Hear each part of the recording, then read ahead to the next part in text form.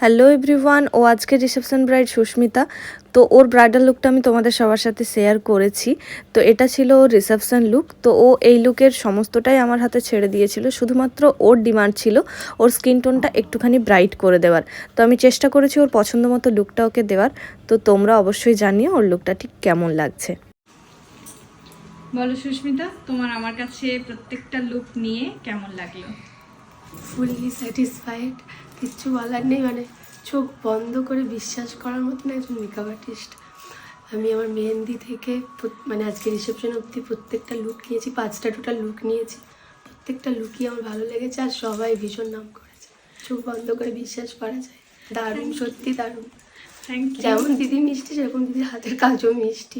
Thank you so much. ও আমাকে বলেছিল যে তুমি যখন থেকে কাজ করছো তখন থেকে আমার ইচ্ছে আমি তোমার কাছ থেকে মেকওভার করাবো। একদম। তো যাই হোক, আমারও ভালো লাগলো যে ওর প্রত্যেকটা স্পেশাল লুক আমি ক্রিয়েট করে দিতে পেরেছি। আর তার থেকেও বড় কথা, ও স্যাটিসফাইড হয়েছে। Fully satisfied.